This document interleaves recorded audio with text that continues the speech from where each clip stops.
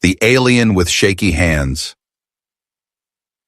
The sky was dark and full of clouds. Rain started falling softly on the streets of New London City. People rushed to find cover, umbrellas opened, and traffic slowed down. Leo, a 22-year-old delivery boy, had just finished his shift. He walked down the sidewalk, tired, wet, and thinking about dinner. But then, he saw something strange across the street. An old alien, thin and bent, was struggling to hold 2 small bags of groceries. His hands were shaking badly. One bag slipped, and fruits rolled out into the rain. No one helped. People just walked by like he didn't exist. But Leo didn't. He ran across the street, almost slipping on the wet pavement.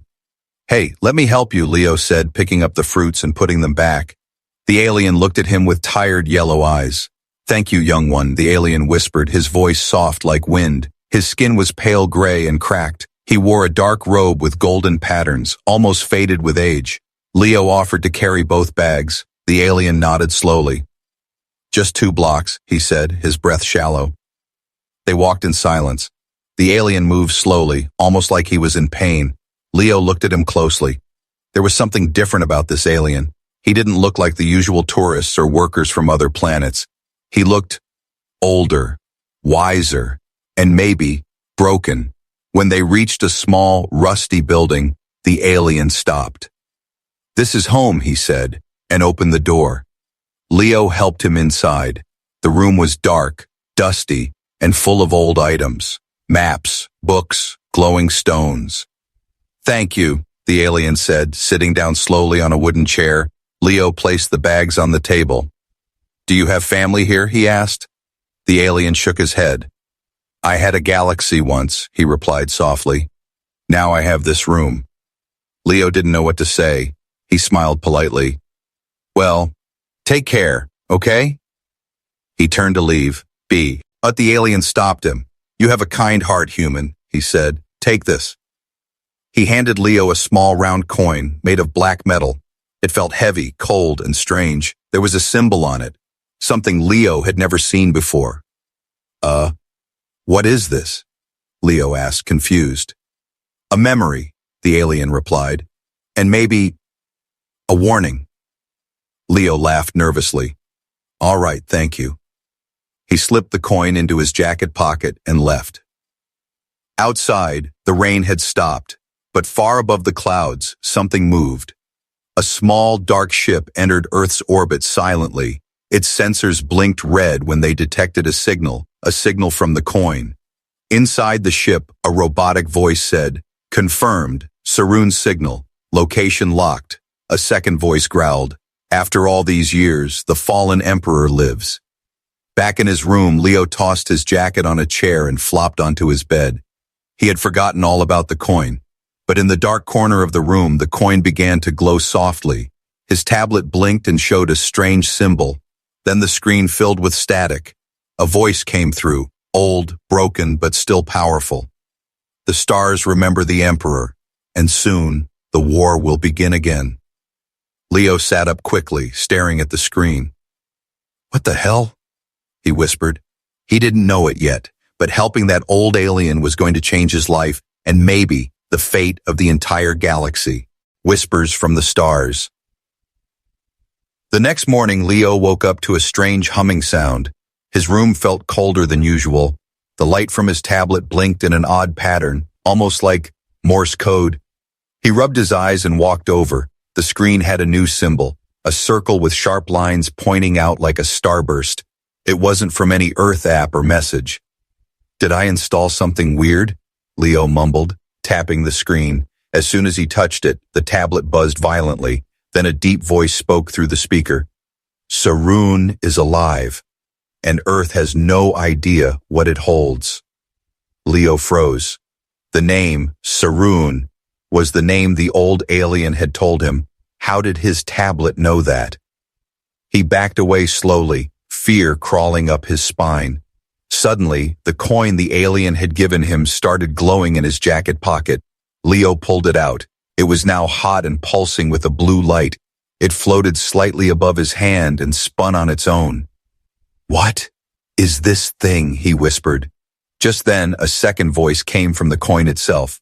"Human, The Emperor is marked, and so are you. Leo dropped it in shock, but it didn't fall. It hovered in place, then the light went out, and it dropped to the ground like a dead stone. Leo was breathing fast, panic rising. He grabbed his jacket and rushed outside. He had to find Sarun, now. He ran through the streets, dodging people, eyes wild with confusion. He didn't even care if people looked at him like he was crazy. The small building where Sarun lived was quiet, too quiet. He knocked, then pushed the door open. Sarun, are you okay? The room was dark again, but this time the lights flickered as if sensing his presence. He stepped inside slowly. The maps and glowing stones were still there, but the air felt heavier. Sarun? Leo called again. From the shadows, the alien stepped forward. He looked the same, weak, shaking. But now there was something sharp in his eyes. You touched the coin, didn't you? Sarun asked, his voice deeper now. Leo nodded slowly. I didn't mean to. It just started glowing. Sarun sighed, walking toward the window. I had hoped I would have more time, he said. The coin is a beacon, a memory crystal that holds my signature. Leo blinked. Wait, like your identity? Sarun nodded. And now the galaxy knows I'm alive. Far above them, 3 alien bounty ships appeared on Earth's outer orbit, their scanners locked onto the signal. A massive screen in their command deck lit up. A photo of Sarun appeared with alien text flashing underneath it. Fugitive Class Alpha, capture or terminate.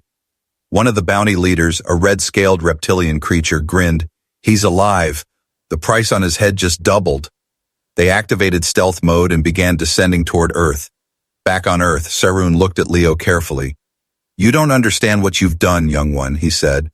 Leo crossed his arms, nervous, but serious. Then tell me, he said. Tell me who you really are. Sarun paused, then walked to a corner of the room. He lifted a loose floor panel, revealing a glowing crystal tablet. He placed his hand on it, and the room changed. The walls shimmered, revealing star maps and ancient alien writings. In the center of the room, a hologram appeared. Sarun, younger, standing tall in golden armor. Crowds of aliens bowed before him. Warships flew in the sky above a massive palace. I once ruled the Zareth Dominion, Sarun said quietly. Half the galaxy was mine. Leo stepped back, speechless. But I lost everything, because I trusted the wrong people. Sarun turned and looked at Leo. You helped me with groceries, expecting nothing, he said. In return, I will now teach you how to survive the storm that is coming. Leo blinked, still trying to understand. A storm? Sarun nodded. Dead. Yes, he said, the hunters are coming, and they will not ask questions. Just then, a loud sound filled the room, a warning signal from deep space. A ship had entered the atmosphere. Sarun's eyes narrowed. They're already here. The Emperor's past. Thunder shook the sky. The ship had landed, not with noise, but with perfect silence, like a ghost arriving for war. Leo stood frozen in Sarun's room, staring at the blinking alert on the crystal tablet. Red lines formed circles around their location. The enemy knew exactly where they were. Sarun didn't look scared. He looked calm, but behind his calm eyes, there was fire. They're here for you? Leo asked, his voice shaking. Sarun nodded slowly. Not just me, he said. They'll take Earth down to make sure I disappear forever. Leo's heart raced. Why? What did you do? Sarun walked to the corner of the room. He pressed his hand to a small panel, and a hidden door opened in the wall. Come, he said. It's time you see who I really was. They stepped into a dark corridor that led to an underground chamber. As the door closed behind them, soft lights lit the path ahead. The air was thick with energy, old, powerful energy. In the center of the chamber stood a massive circular device. It lit up as Sarun approached. A beam of light shot up, forming a rotating map of the galaxy. Leo gasped. Then the hologram changed. It showed Sarun, but not as the weak alien Leo knew. This Sarun was taller, strong, wearing armor made of starlight and metal. Alien generals knelt before him. Cities floated in space under his command. Long ago, Sarun said, I was known as the Star King. I ruled the Zareth Dominion and no one dared challenge me. Leo looked at the hologram in shock. You were a real emperor? Sarun nodded. I united hundreds of systems, ended wars, brought peace, he said. but power always breeds jealousy. The hologram changed again. This time it showed Saroon standing beside another alien, a tall figure with sharp silver skin. "This was Varzok," Saroon said, "my second in command and my oldest friend." The next image showed betrayal, Varzok standing with enemy fleets, explosions across Saroon's cities. "I was poisoned, left for dead. My throne stolen," Saroon whispered. "They thought I died, but I escaped." Leo sat down slowly, trying to understand. "All this time, you've been hiding here, on Earth?" Saroon nodded again. "I waited. For a time when the galaxy forgot me," he said. "But helping you was a mistake. A beautiful mistake." Before Leo could speak, the chamber lights flickered. A voice came from above. "Saroon, step outside, and we'll make your death quick." It wasn't just any voice. Saroon's face went cold. "That's Varzok's voice," he said. "He's come himself." Leo stood, frightened but angry. "What do we do now?" Saroon turned toward the back wall of the chamber. He opened another panel, revealing an old box. Inside was his armor, folded and cracked with age. He touched it gently, and it came alive, glowing faint gold. "I never thought I would wear this again," he said. "But if Varzok wants to finish what he started, then let him try." Outside, Varzok stood tall beside his ship. His eyes scanned the city. He held a plasma spear, and behind him were 4 elite bounty warriors. They were not here to capture, they were here to erase. "Burn the building," Varzok ordered. "Make sure no one survives." But as fire began to spread toward Saroon's home, the ground shook. A giant platform rose from underneath. Saroon's chamber, now fully activated. Leo and Saroon stood on the platform. The armor had wrapped around the old emperor like it had waited centuries, and beside him stood Leo, holding the glowing coin, now pulsing with power. Varzok's eyes widened. "You shouldn't be alive," he growled. Saroon smiled coldly. "You shouldn't have failed me," he replied. And then the war of old powers began again, right in the middle of Earth's skies. The hunt begins. Fire filled the sky. Explosions lit up rooftops. People screamed and ran as flames spread across the city. But none of them knew the real battle had just begun. Saroon stood tall in his golden armor, glowing like a star that refused to die. Beside him, Leo gripped the coin tightly, its power humming in his hand. Above them, Varzok floated down, his eyes burning with hatred.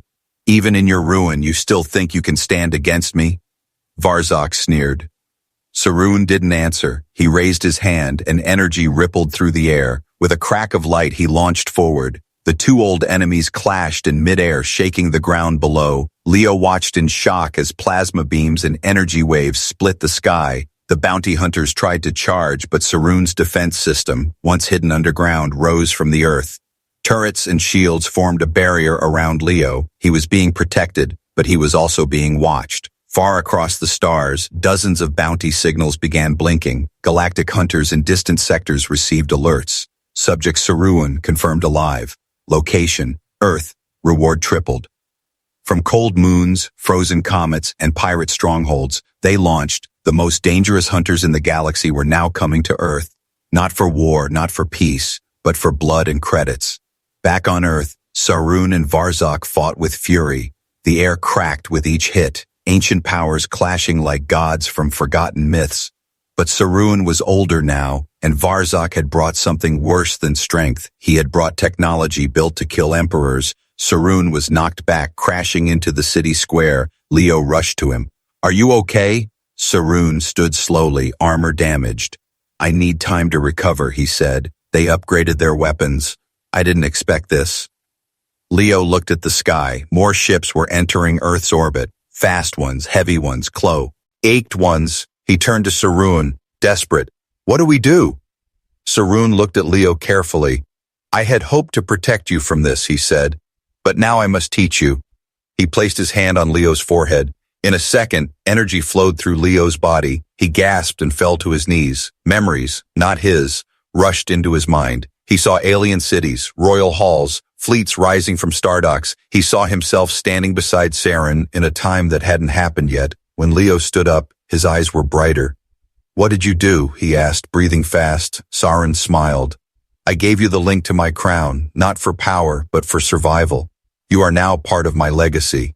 Before Leo could speak, a shadow passed overhead. A massive ship blocked the sun. The city trembled as it hovered low. A deep voice echoed through the air. "Deliver Sarun and the human, or Earth will burn." People began to panic again. Police, army, governments had no idea what was happening, but satellites showed the truth. Dozens of ships were now heading toward Earth. Sarun clenched his fists. "I must lead them away from this planet," he said. Leo stepped forward. "I'm coming with you." Sarun looked at him in silence, then nodded. "Then we must reach the ancient vault." Leo blinked. "What vault?" Sarun turned and pointed toward the northern sky. "Under the old city, there's a weapon only humans can unlock." As they moved quickly toward the exit tunnel, the screen on Sarun's wrist lit up with another alert. "Hunter fleets, 17 confirmed. Time to impact, 11 hours. Leo read it and swallowed hard. "They're really coming." Sarun nodded. "And every one of them is coming for you now too." The weapon beneath the city. Thunder echoed across the skies. Earth's cities flashed with lights from orbit, warnings, scans, and rising fear. But deep underground, beneath a forgotten city street, something ancient was waking up. Leo followed Sarun through a hidden tunnel. The walls were covered in alien writing, glowing faintly as they passed.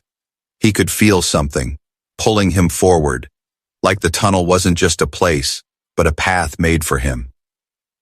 "Where are we going?" Leo asked, his voice echoing softly. Sarun answered without turning.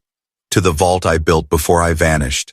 It holds the last weapon I created, and I hid it on Earth because I trusted humanity."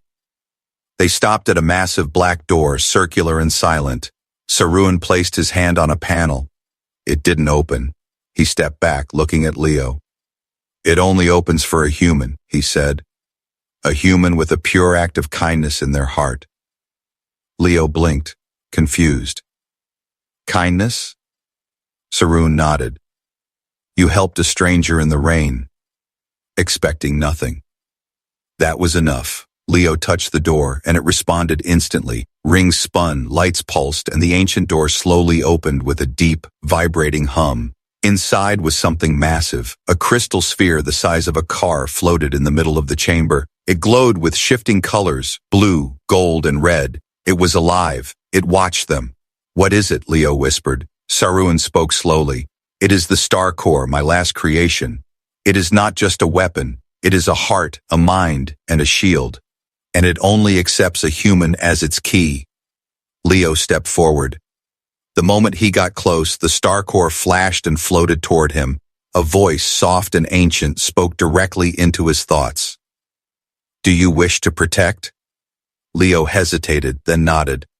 "Yes," he said out loud. "Then I am yours," the Star Core replied, and merged with his chest. Leo gasped, falling to his knees. His body glowed briefly and then returned to normal. When he stood up, his eyes were shining with power. He could feel satellites, ships, energy fields, all of it, like his mind had grown. Far above, in orbit, the hunter ships suddenly froze. New energy appeared on their scanners, something ancient and dangerous. "Unknown anomaly detected," one of them said. Another screamed, "That's Imperial-level tech. It's active on Earth." Back in the chamber, Leo looked at Sarun. "I can see everything," he said slowly. "I can feel them coming. 17 ships, 2 are cloaked. One's drilling into Earth's crust." Sarun's eyes widened.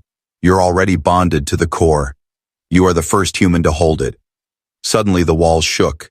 An explosion hit the outer vault. One of the hunters had found them. A giant beast-like bounty hunter crashed through the tunnel, 4 arms, metal skin, red eyes. It roared as it charged. Sarun tried to raise his defense, but it was too fast. Before it could strike, Leo raised his hand. Instinctively, a wave of energy blasted from him, throwing the creature backward. It smashed into the wall and shattered. Leo stared at his hand, shaking.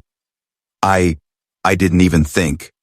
"The Star Core is learning you," Sarun said, "and you're learning it."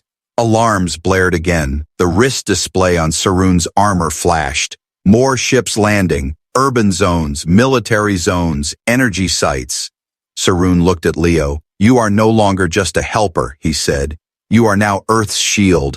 Leo nodded, fear in his heart, but also something stronger. He was ready. As they stepped out of the vault, the floor behind them sealed shut. The weapon was no longer hidden. It was awake, and it had chosen its wielder. Rise of the Last Emperor. Smoke covered the sky. Cities across Earth were in chaos. People didn't know what was happening, but they looked up and saw alien warships, huge, silent, and deadly, floating above them like monsters waiting to strike.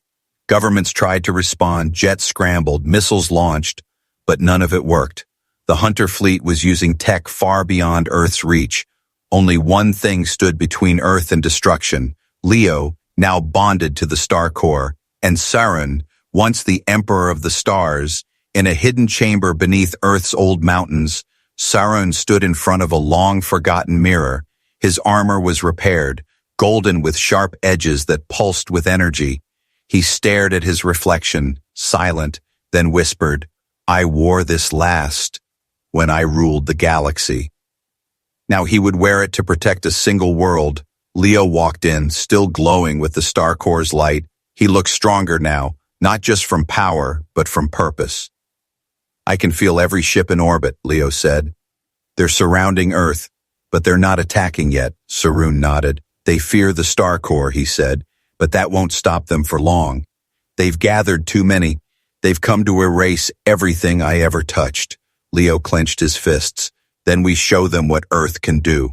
They stepped into an ancient elevator. It took them up through layers of old stone and steel until they reached the surface, an open platform surrounded by hidden launch towers. Saroon raised his hand and the ground shook. From beneath the Earth, a massive ship rose into the sky, black and gold, shaped like a blade. "The Celestes Prime," Saroon said softly.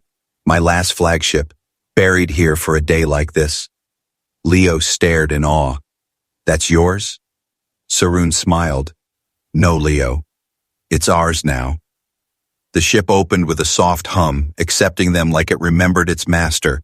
As they entered, screens lit up. "Seekais." Systems reactivated. A deep voice echoed inside. "Welcome back, Emperor Saroon. Welcome, Core-bearer Leo." Moments later, the Celestis Prime lifted off.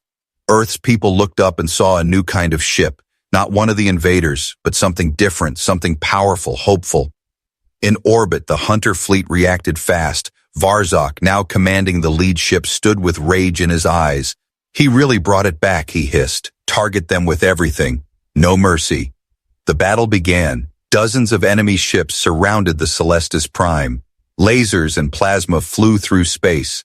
But the old Imperial ship was faster than they remembered. It moved like it was alive, dodging attacks with graceful, deadly speed. Inside the ship, Leo sat at a glowing station, hands shaking.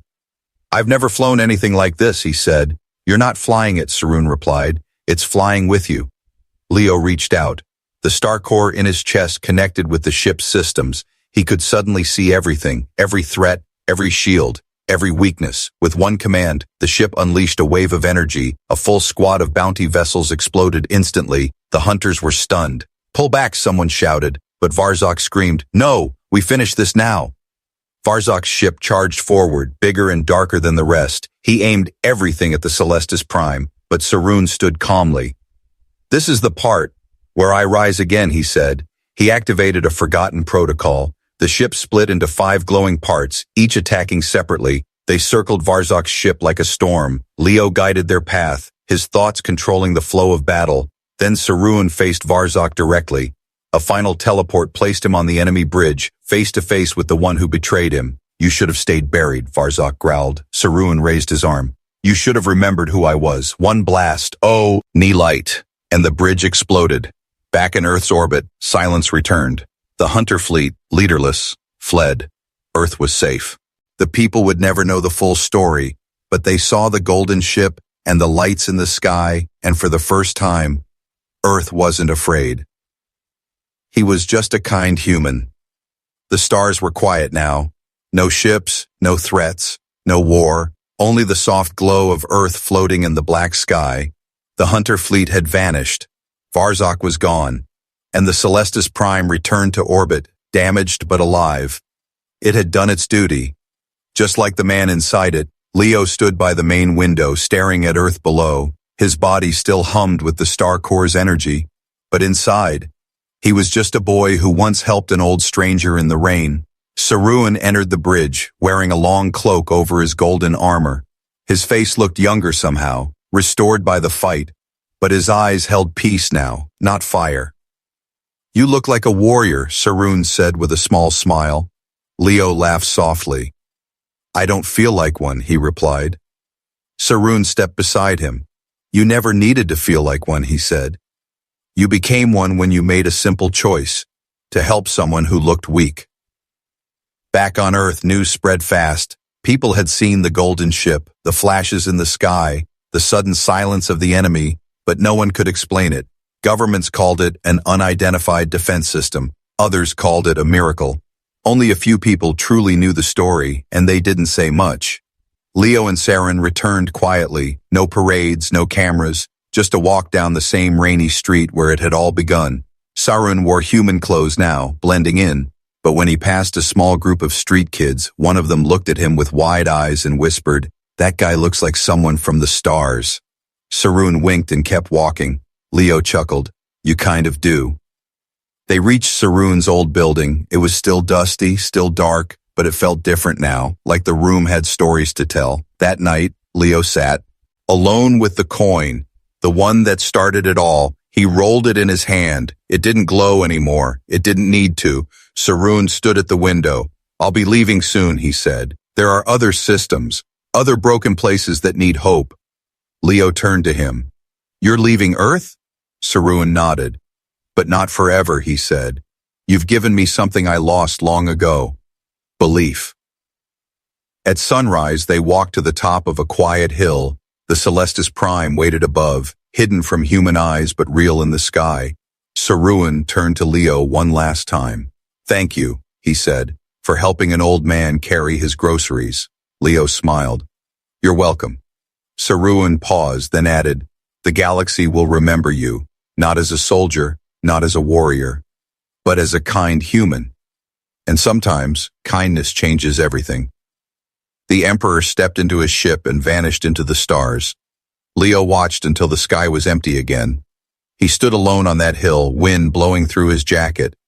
He was just a boy from Earth. No training, no weapons, no destiny, but he changed the fate of a fallen emperor and reminded the galaxy what it meant to care, and it all began with one small act of kindness.